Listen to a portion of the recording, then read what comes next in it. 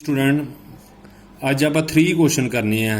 अज अपना टॉपिक है 3 important question. तिन्ने बहुत इंपोर्टेंट क्वेश्चन है। इन्होंने तिन्हों जो एक अद्धा पेपर च आ भी जाना जे, बड़े ध्यान ना देखना यार। डॉट प्रोडक्ट के रिलेटिड है। मिसलेनियस एक्सरसाइज खोलोगे ना, 12th क्वेश्चन है NCERT का। पहला क्वेश्चन आप ये करन लगे हाँ, 12th क्वेश्चन NCERT का। ए वैक्टर दिता I cap plus 4j cap plus 2k cap. B vector दिता है 3i minus 2j plus 7k। C vector देता है 2i minus J plus 4k। Find a vector D. D vector आप कढ़ना है which is perpendicular to both A and B, यानी कि D vector A दे भी परपेंडिकुलर है, डी वैक्टर बी दे भी परपेंडिकुलर है। सी डॉट डी देता है 15। सी डॉट डी देता है 15, यानी कि डी परपेंडिकुलर है ए दे, डी परपेंडिकुलर है बी दे। ये दो वैक्टर है। देखो जरा हुण देखो आपां नूं सम की हैगा सी। पहला हैडिंग पा लेना 3 इंपोर्टेंट क्वेश्चन। ABC 3 वैक्टर दिते आपां नूं।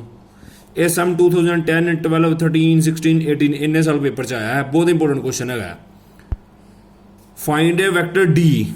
लैट डी वैक्टर आप कर लेना XI cap plus YJ cap plus ZK cap, यानी कि आप X की वैल्यू कढ़नी, Y की वैल्यू कढ़नी, Z की वैल्यू कढ़नी है। क्वेश्चन च दिता है डी वैक्टर परपेंडिकुलर है ए वैक्टर दे, डी वैक्टर परपेंडिकुलर है बी वैक्टर दे। डी वैक्टर इन्हां दोवां दे परपेंडिकुलर है। एक कंडीशन दी है सी vector dot D vector is equal to 15। ये NCERT का क्वेश्चन है। प्राइम च किन्ने क्वेश्चन है ये नाल दे मिलदे जुलदे। इत्थे 18 दिता होएगा ते 20 21 कुछ भी दिता होएगा, वो नंबर ना ही चेंज बना, कोई होर कोई फर्क नहीं हैगा। आ 3 कंडीशनां समझ दित्तियां। डी वैक्टर परपेंडिकुलर है ए दे, डी वैक्टर परपेंडिकुलर है ए दे, यानी कि डी डॉट ए होएगा 0। परपेंडिकुलर वैक्टर की कंडीशन की होंदी है, दोवां दा डॉट प्रोडक्ट की होंदा है 0। दोवां दा डॉट प्रोडक्ट होंदा 0। ये परपेंडिकुलर वैक्टर की कंडीशन होंदी है। इत्थे डी वैक्टर की वैल्यू पाओ, इत्थे ए वैक्टर की वैल्यू पाओ is equal to 0। D vector की वैल्यू की है XI cap plus YJ cap plus ZK cap. A vector की I cap plus 4J cap plus 2K cap. इन्होंने जो मल्टीप्लाई करांगे I डॉट I दे 1 हो जाएगा, X बचेगा प्लस 4Y बचेगा प्लस 2Z बचेगा is equal to 0। Is equal to 0। हुण इहदे विचों एक वेरीएबल की वैल्यू कट लो। जेड़े वेरीएबल की वैल्यू सौखी निकल सकती है, जो डॉट प्रोडक्ट करावांगे आई ना आई मल्टीप्लाई हो गए खत्म हो जाएगा ना। जेड़े वेरीएबल की सौखी वैल्यू निकल सकती है, हुण देखो यार सौखी X ही निकल सकती है। तुसीं Y या Z की भी कट सकते हो, पर सौखी X ही निकलती है ना, क्योंकि X की वैल्यू फ्रैक्शन च नहीं आ रही। ये आ गई, इन्होंने इक्वेशन नंबर 1 मान लो X की वैल्यू। नाउ डी परपेंडिकुलर है बी दे, नाउ डी वैक्टर परपेंडिकुलर है बी दे, डी डॉट बी हो जाएगा 0। डी परपेंडिकुलर है बी वैक्टर दे, डी डॉट बी हो जाएगा 0।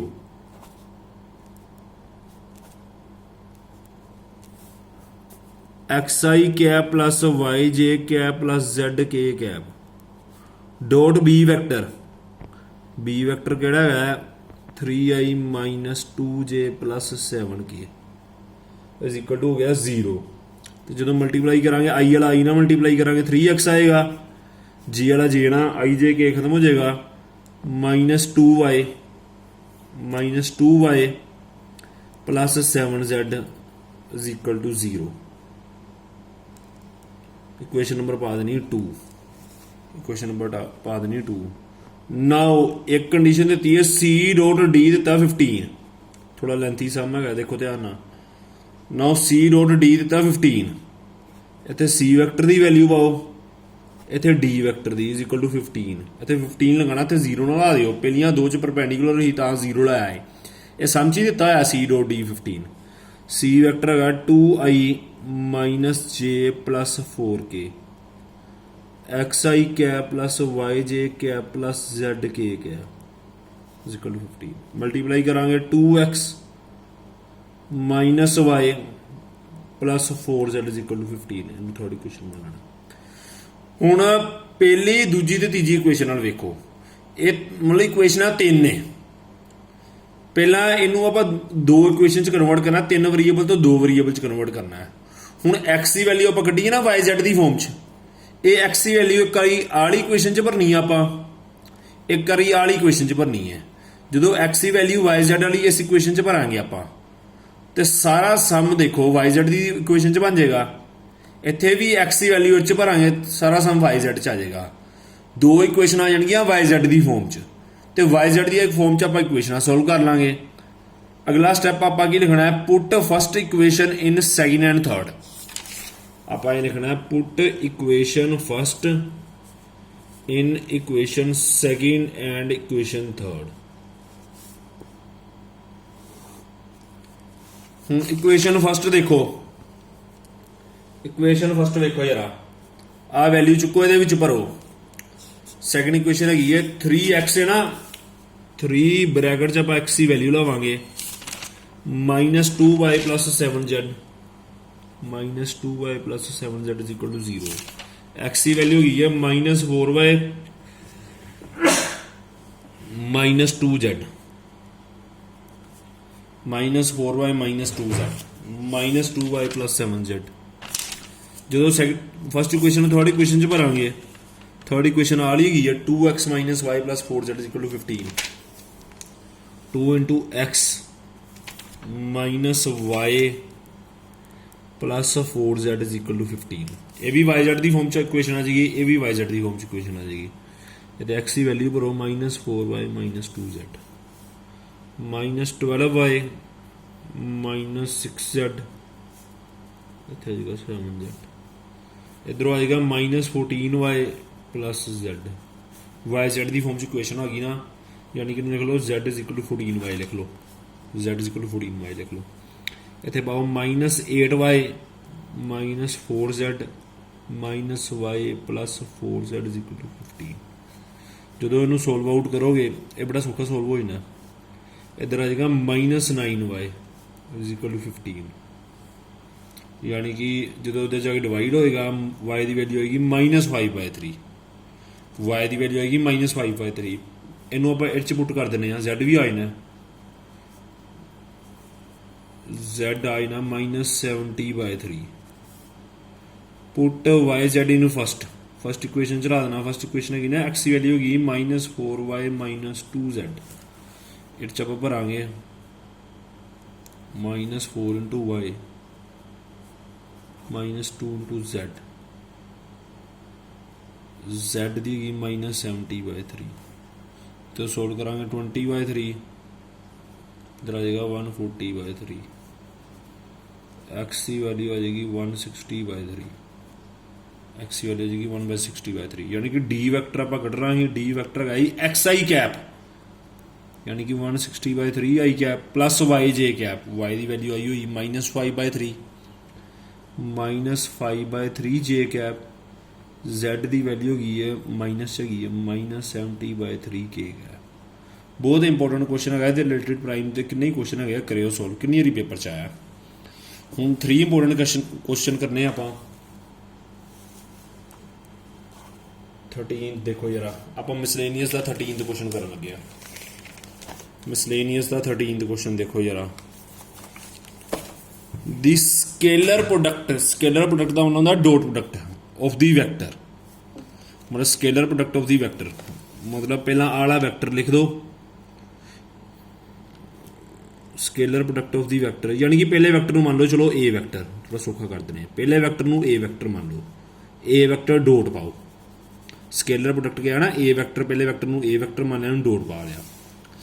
With the unit vector, dot product कितना कराना, with the unit vector along the sum of vector, along the sum of vector. ਦੂਜੇ ਵੈਕਟਰ ਨੂੰ b ਮੰਨ ਲਓ, ਯਾਨੀ ਕਿ ਪਹਿਲੇ ਨੂੰ ਮੰਨ ਲਓ a ਵੈਕਟਰ ਮੰਨ ਲਓ, ਦੂਜੇ ਨੂੰ ਮੰਨ ਲਓ b ਵੈਕਟਰ, ਤੀਜੇ ਨੂੰ ਮੰਨ ਲਓ c vector.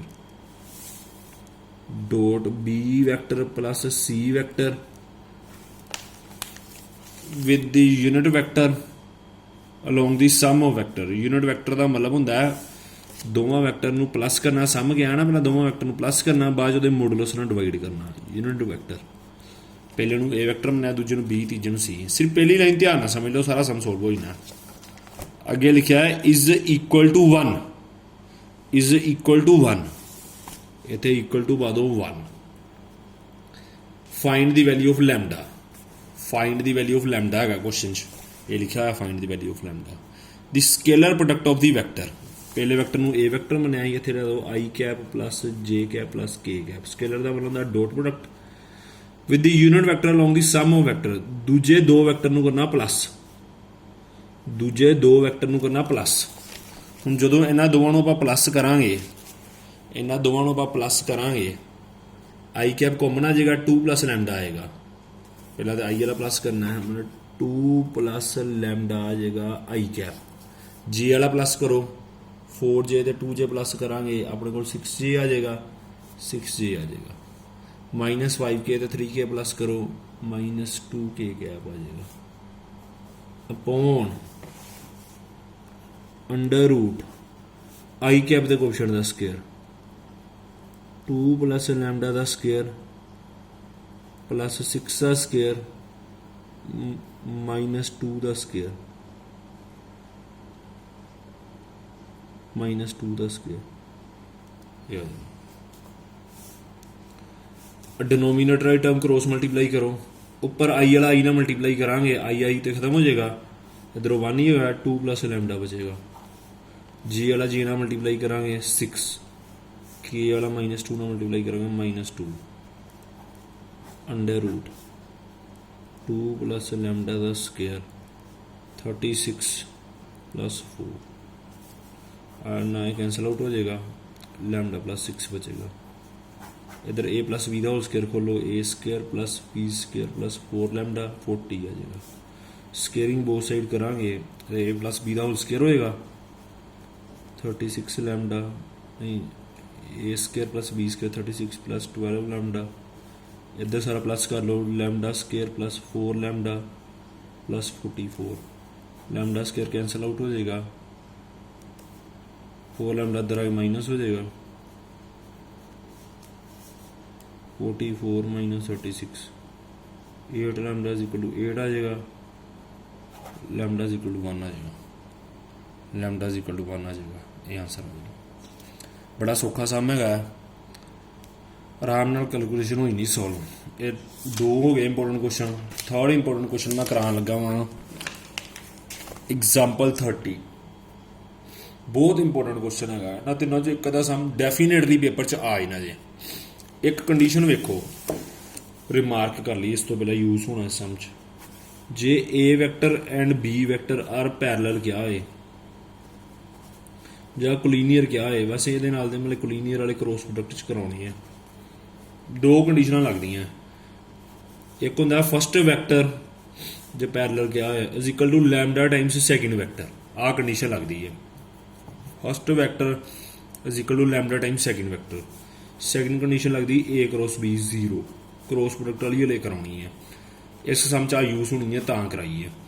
A vector is equal to lambda times second vector, first vector is equal to lambda times second vector। ध्यान ਨਾਲ देखना एग्जाम्पल 3, मैं बार बार कहना भाई ना तिना जो एक सम पेपर च आ जाना जे। If with reference to right handed system of mutually perpendicular unit vector, ये थोड़ा जिहा वैसे ही दिता है, ਇਹਦਾ मतलब समझ कोई इन्ना लेना देना नहीं है। Right handed system of mutually perpendicular unit vector I cap J cap के कैप, ਇਹਦਾ कोई लेना देना नहीं है। अल्फा वैक्टर दिता है, अल्फा वैक्टर की वैल्यू कितनी दी हुई है 3i माइनस जे, बीटा वैक्टर की वैल्यू दी हुई है।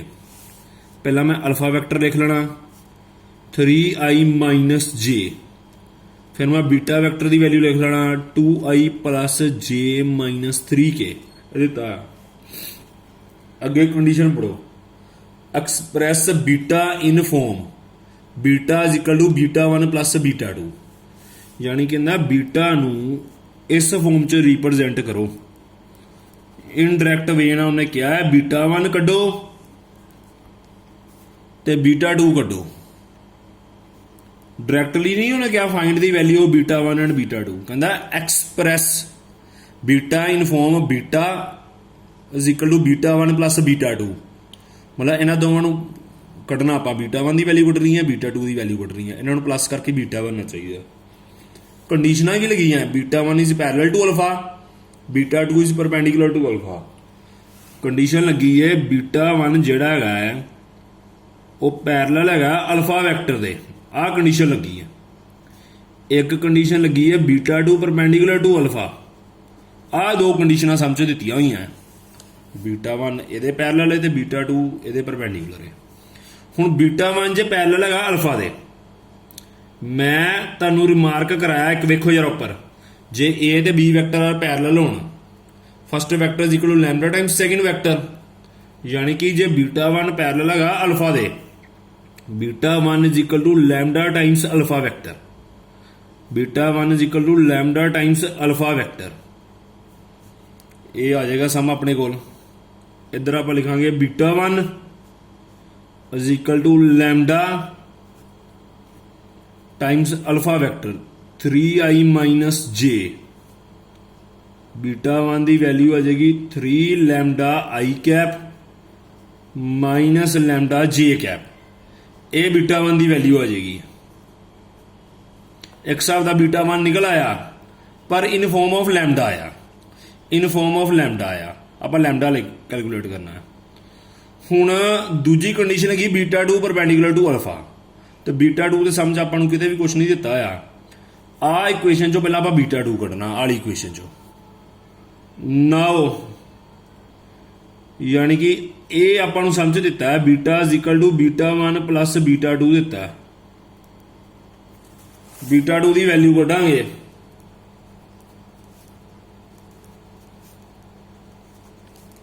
β2 की वैल्यू कढ़ांगे β1 तो चाहे माइनस होगा ना तो बीटा की वैल्यू लाओ माइनस β1 की वैल्यू लाओ क्वेश्चन वेखो यार आ बीटा की वैल्यू दी हुई है हुण β1 की डायरैक्टली नहीं दिता है β1 आप लैम्डा की फॉर्म च कढ़ाया आ देखो यार पहला आप बीटा की वैल्यू लवांगे 2i प्लस j minus 3k minus β1 3 lambda आई कैप माइनस लैम्डा जे कैप माइनस लैम्डा जे कैप इन्हों चो माइनस करांगे आई कैप कॉमन कढ़ांगे 2 माइनस 3 लैम्डा आ जाएगा जो इन्हों चो माइनस करांगे जे कैप कॉमन कढ़ांगे इधरों 1 है माइनस माइनस हो जाएगा प्लस 1 प्लस लैम्डा जे कैप आ जाएगा minus 3k cap is equal to β2 आ जाएगा इज इक्वल टू β2 आ जाएगा ये β2 की वैल्यू होगी हुण कंडीशन दी हुई है now β2 perpendicular to alpha now β2 perpendicular to alpha β2 जे अल्फा के परपेंडिकुलर है यदा मतलब β2 का अल्फा के नाल डॉट प्रोडक्ट होएगा 0 β2 का अल्फा के नाल डॉट प्रोडक्ट होएगा 0 यानी कि 2 माइनस 3 लैम्डा आई कैप